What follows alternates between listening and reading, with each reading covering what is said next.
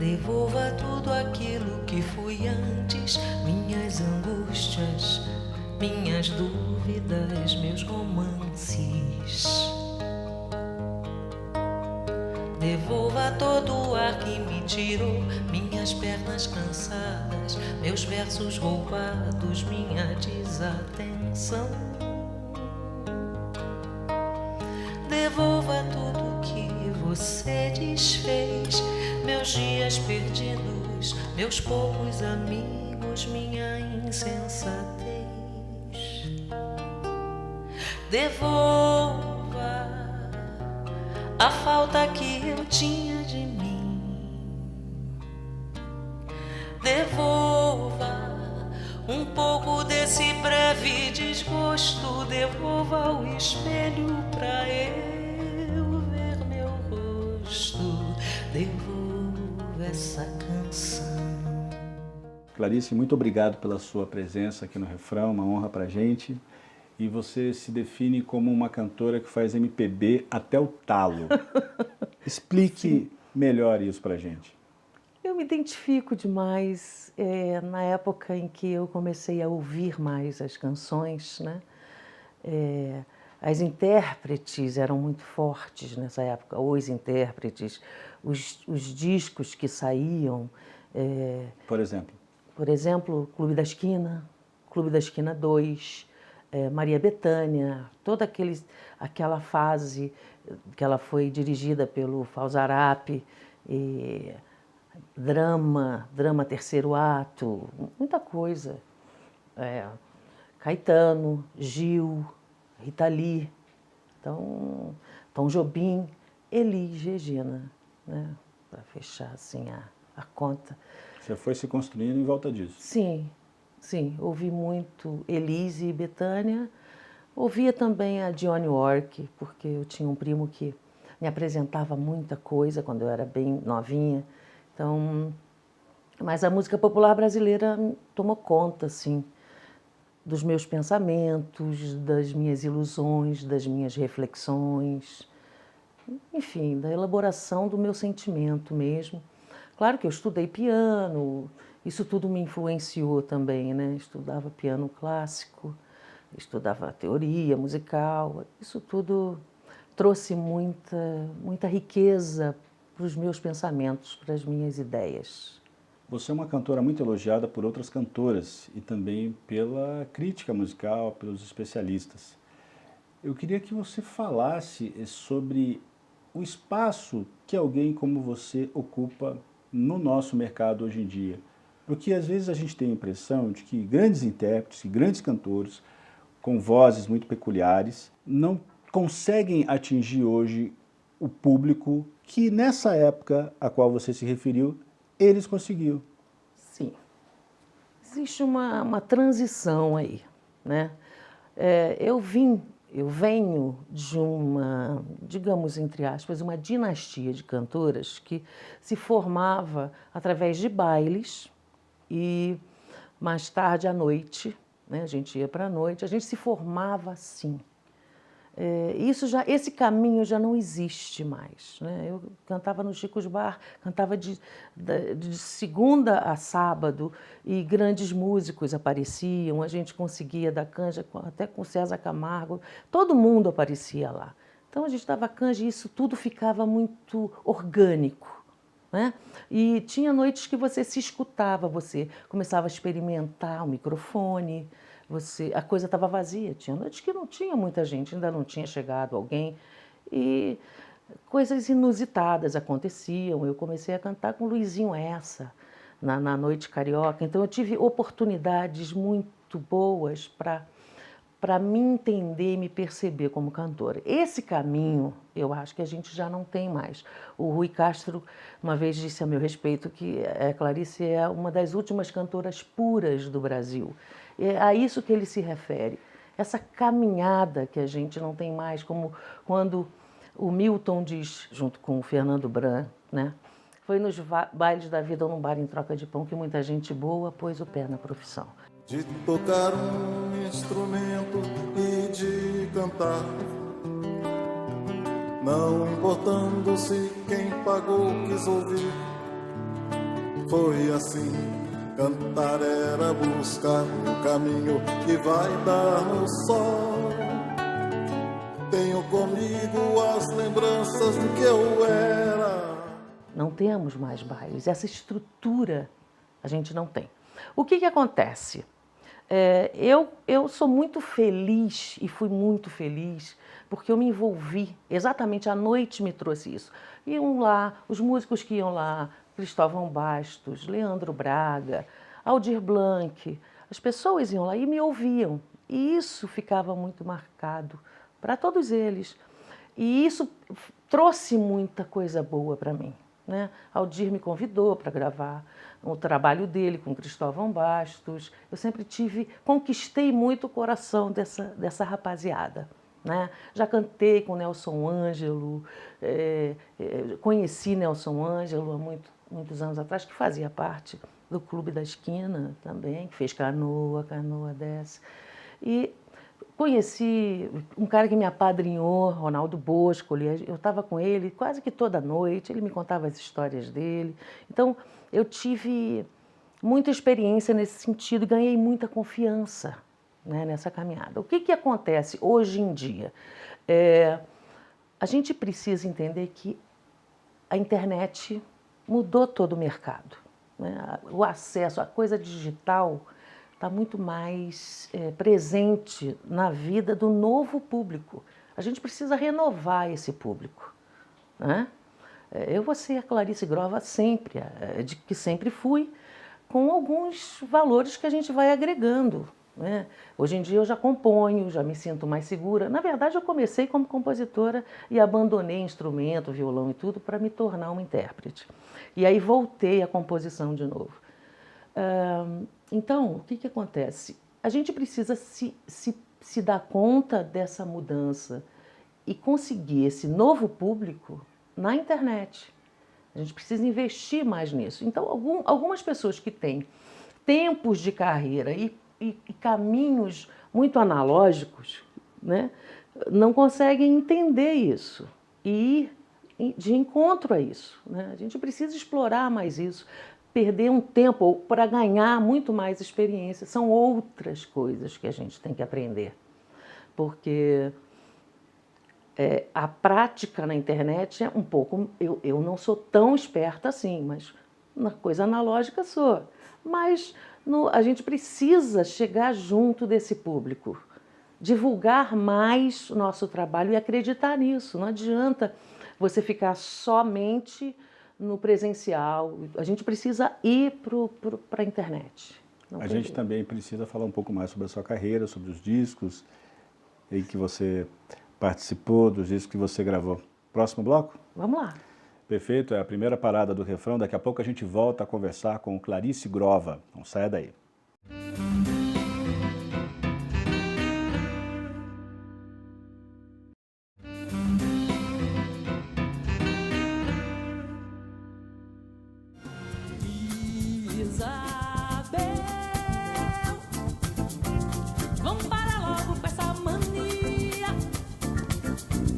Você sabe que eu durmo de dia.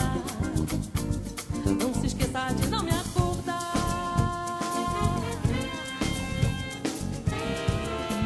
Isabel, nosso horário é bem diferente. Quando separa eu vou em frente.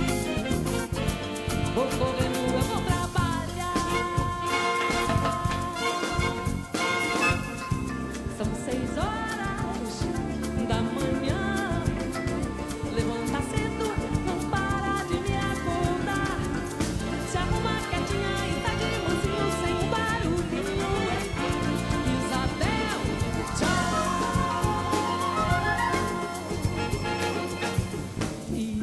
Isabel,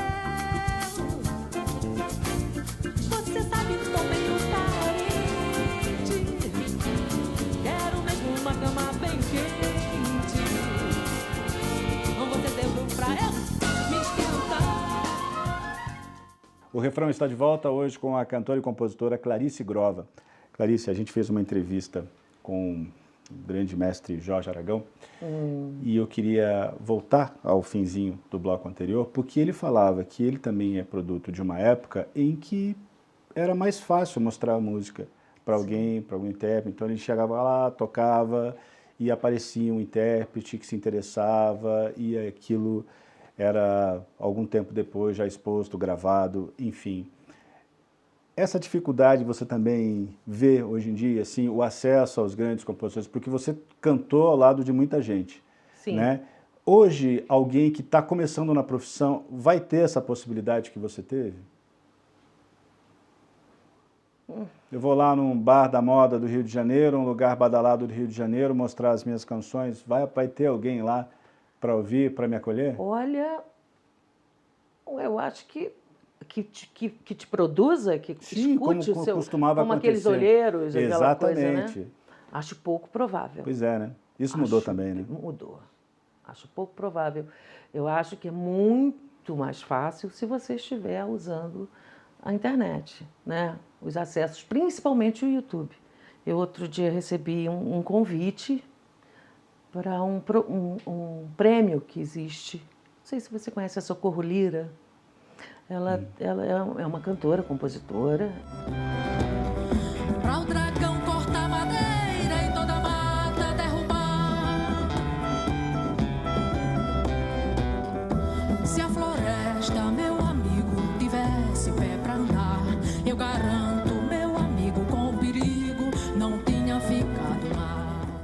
E ela tem um prêmio chamado Prêmio Grão de Música Popular Brasileira. Enfim, como outros tantos têm, né? E na internet. Ela me achou, a equipe dela me achou através da internet. Eu coloquei um clipe com uma música minha. Eu mesma produzi, eu peguei as imagens, coloquei ali. Aí um dia o pessoal me ligou. Olha essa música, a gente gostou dessa canção e quem sabe você não é escolhida para o prêmio e tudo mais. É como se fosse... e é uma escolha que a gente dá para o público. Está entendendo? Você oferece para o público, eu acho bem democrático, né? Por exemplo, eu dou aula, né, para jovens cantores e tudo mais. Às vezes eles me acham. E aí começam, eu tenho meu grupo lá no WhatsApp com eles, alguns grupos. Daqui a pouco ele, olha a professora aqui. E começam a...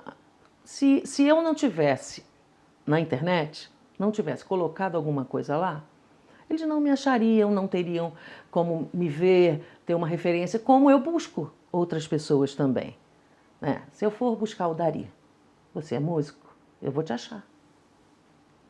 Eu tenho certeza disso, né? Então, eu acho que não temos mais essa oportunidade. Não temos mais. Como antigamente alguém via você cantando uma canção e fazia um programa. Eu tenho um programa na TV Educativa, seja lá onde for, na TV Justiça, né? E eu quero colocar essa gravação sua aqui hoje. Pode ser? Já era. Antigamente era assim. Você não precisa mais disso, no caso, né? Desse acesso. Você pode, você tem esse acesso. Eu acho que só que as pessoas não acreditam. Tem que ter investimento? Tem. Também não é uma coisa... Você precisa investir. Não tem jeito. Tem que ter uma grana para colocar ali, pagar, aparecer, patrocinado. Tem que ser patrocinado. E eu acho que é uma coisa que você toma mais conta do que é seu. Você tem uma coisa mais direta até. Antes era tudo muito solto. Eu acho que existem grandes vantagens nisso. Mas eu quero fazer uma provocação. Passa. Porque a gente, ao mesmo tempo em que vê essa nova janela de oportunidades, também pode ficar um pouco refém dela. E por que eu digo isso? Existe também todo um exército dos chamados cool hunters, que são aquelas pessoas que ficam varrendo a internet para identificar artistas ou possíveis celebridades, enfim, pelo número de curtidas, pelo Sim. número de pessoas compartilhando esse tipo de conteúdo que aquela pessoa produz, seja musical, de comédia, enfim. Isso não tenha dúvida. Mas a questão é o julgamento, é a informação musical que o outro tem. Isso depende muito do que esses cool hunters estão buscando. Realmente é Não acho que seja uma faca de dois gumes, não. Eu acho que a gente não pode abrir mão do presencial, do humano, porque música é isso. Né? Eu preciso estar no palco, cantando para você. Eu não tenho como não estar. O meu objetivo é esse. Né? Eu preciso dessa troca, eu preciso, como eu te disse, a música para mim é a minha religião, né? E o palco é o meu altar. A minha reza são as canções. Então, eu preciso do amém, eu preciso do além de tudo isso. Né? Então, eu acredito também, eu preciso do meu público. Só acho que você deve também contar com o público que está no virtual, no digital, nas plataformas, enfim. Você precisa contar com isso, com o Instagram. Você está em casa. Eu acho que os fãs, as pessoas que estão buscando alguma coisa diferente, alguma coisa nova, quando te enxergam, podem enxergar alguém. E olha que legal isso aqui. Olha que bom isso aqui. Você pode buscar alguma coisa ali. Algumas coisas acontecem assim. Eu tenho um outro vídeo com um parceiro meu de uma canção, nós dois no estúdio, eu mostrando a minha música para ele, a minha música com ele, eu tinha acabado de fazer, fomos para o estúdio, mostrei. Logo depois, um tempo depois, um cantor de São Paulo, Carlos Navas até, me ligou, eu quero gravar aquela música que está lá no YouTube. Quer dizer, eu acho que funciona, é um acesso muito bom. Lembrando agora do Jorge Aragão, né? Ele entrou em contato comigo e gravou, está gravado e eu acho ótimo. E como outros cantores já fizeram isso também. Agora, isso estourar é outra história. Eu queria que a gente falasse também, já que a gente tem uma grande cantora aqui no programa, sobre os cuidados com a voz. Vamos deixar isso para o próximo bloco? Agora. Perfeito, é a segunda e última parada do refrão. Daqui a pouquinho a gente volta a conversar com Clarice Grova. Não saia daí.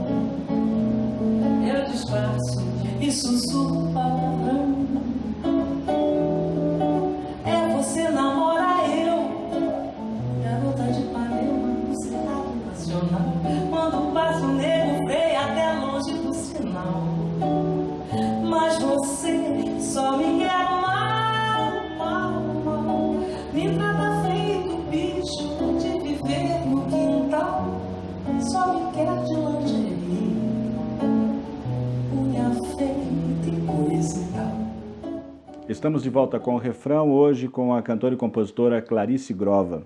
Quando a gente fala da construção de um cantor, de uma cantora, é evidente que a formação ajuda, que a influência do repertório ajuda, mas a questão técnica também é importante. Eu queria que você falasse para a gente alguns dos seus segredos para manter a sua voz, enfim, conselhos que podem, inclusive, ajudar outras pessoas que nos assistem nesse momento, por exemplo. Temos alguns aquecimentos, vocalizes. Uma coisa que eu gosto muito de fazer e que eu trago comigo sempre na minha mala é o nebulizador. Nebulização, que é a hidratação direta, que é com soro fisiológico. 20 minutinhos de hidratação direta. Diariamente? Olha, eu acho que dependendo da idade. E do local, porque tem... Brasília, que é um lugar muito seco. Eu digo assim, da idade, porque quando a mulher é mais jovem, né, quando nós todos somos mais jovens, está tudo em cima, então você pode umas 3 vezes por semana, mas agora, dependendo da sua necessidade mesmo. Se você vai fazer um show, ensaio, sabe? Antes do ensaio, antes do show... Quando chega em casa do ensaio, é bom, é sempre bom. Nebulização nunca vai fazer mal. Se não tem o nebulizador, esqueceu o nebulizador, pega uma gaze, é bem interessante isso. Você pega a gaze, embebe a gaze com soro e põe aqui por cima, olha. E vai respirando, e aí isso vai hidratar. Vai chegar até as pregas vocais, entendeu? Isso é muito bom. Um aquecimento, para começar, intervalos curtos, 1, 2, 1, 2, 3, 2, 1, né? Os graus, né? Boca que usa, vibrando, buscando a vibração, as cavidades, né? A cabeça, para conseguir um aquecimento. Não é só chegar e cantar. Não, né? não dá para ser assim, não. A gente precisa que a voz dure, né? Porque é o primeiro instrumento que aconteceu, e nós, cantores, nós carregamos o instrumento aqui, né? A gente tem a nossa laringe, é importante que a gente exercite, tem os movimentos, os exercícios bilabiais, tudo de vibratórios. Você pode conseguir algumas sessões com fonoaudiólogos que vão te passar aquecimentos maravilhosos, tem coisas super modernas que eles já têm usado, né?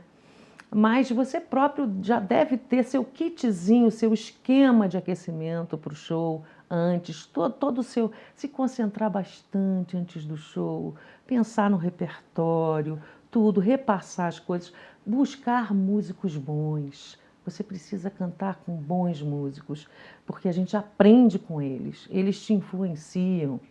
O teu ouvido começa a perceber coisas diferentes. Você canta com um pianista que tem um olhar, com que usa uma harmonia de tal forma. Daqui a pouco você vai cantar a mesma música com outro músico e você vai perceber que ele vai estar fazendo uma coisa diferente, você vai entender mais ainda, vai se surpreender. Eu acho que o cantor tem que chegar mais perto do músico, tem que ser mais parceiro do músico e vice-versa. Eu gostaria de falar sobre os mitos da preparação vocal, né? Ou desses cuidados que acabam não sendo cuidado algum. Por exemplo, eu já ouvi muita gente dizer que, não, eu tomo um conhaque antes de subir no palco. Qual o efeito disso para as cordas vocais? Resseca, é álcool. Toma cafezinho, leite, derivados de leite, isso tudo você deve evitar, porque o leite, ele fabrica muco. Né? Então você deve evitar tudo isso. Bebida alcoólica, nada disso. As pessoas falam, beber muita água é bom, mas a água não vai hidratar suas pregas vocais. Porque não tem como bater a água lá, porque senão você vai engasgar. Você precisa fazer o vapor. Aí sim você vai conseguir hidratar. E se você usa o nebulizador, esse vapor vai com o soro e vai ser muito bom, porque vai realmente hidratar as pregas vocais. Gengibre também, nada disso. Besteira isso. Já falamos do mito do conhaque, o mito do gengibre também não. Vamos falar de mais um mito? O mito da maçã. Não, a maçã é destringente, ela realmente é uma esponja, a maçã sim, é legal.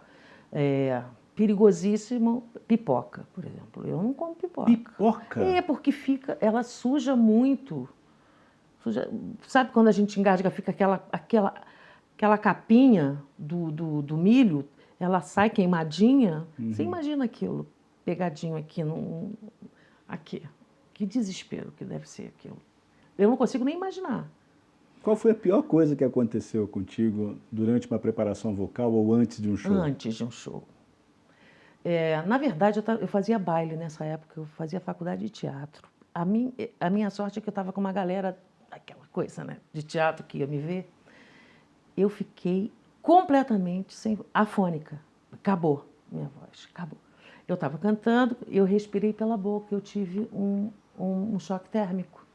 Eu fiz um choque térmico na hora. Zerou. Nunca aconteceu nada disso comigo. Eu fiz um choque térmico, a voz estava aquecida e eu respirei pela boca. Foi a pior coisa, imediatamente. E não teve como recuperar?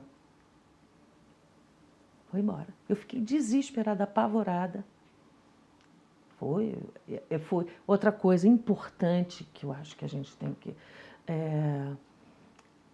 a gente precisa fazer sempre, anualmente, a videolaringoscopia e a endoscopia, por causa do tal do refluxo. Às vezes a gente tem refluxo e não percebe. E o refluxo é perigoso porque ele queima, e queima as pregas vocais, e não tem jeito. Então a gente tem que estar sempre fazendo anualmente a endoscopia, a videolaringoscopia, para saber se está tudo certo, e deve aquecer, tomar esses cuidados todos. E vocalize, os vocalizes curtinhos, e depois vai alargando mais as distâncias nos intervalos. Você deu tantas dicas para a gente aí, como professora de canto, que eu queria que agora você desse também os endereços, os contatos, como o pessoal faz para conhecer o teu trabalho, para ver os teus vídeos, como é que faz? Bom, para ver meus vídeos, meu canal é no YouTube, é youtube.com/OVCG, Oficina da Voz Clarice Grova. Eu estou também no Facebook, como Clarice Grova, meu nome é com 2 S's, Clarice Grova. Clarice, muito obrigado pelo seu tempo, pelas histórias que você contou pra gente. Sucesso aí na carreira. Obrigada, Dari. Foi um prazer. É isso, a entrevista com Clarice Grova terminou, mas você pode revê-la no nosso canal no YouTube, TV Justiça Oficial. Se tiver uma dica de artista, manda pra gente também. O e-mail é refrão@stf.jus.br. Grande abraço para você e até semana que vem. Devolva a falta que eu tinha de mim. Devolva um pouco desse breve desgosto. Devolva o espelho pra eu ver meu rosto. Devolva essa canção. Devolva essa canção, enfim. Devolva essa canção. Devolva essa canção, enfim.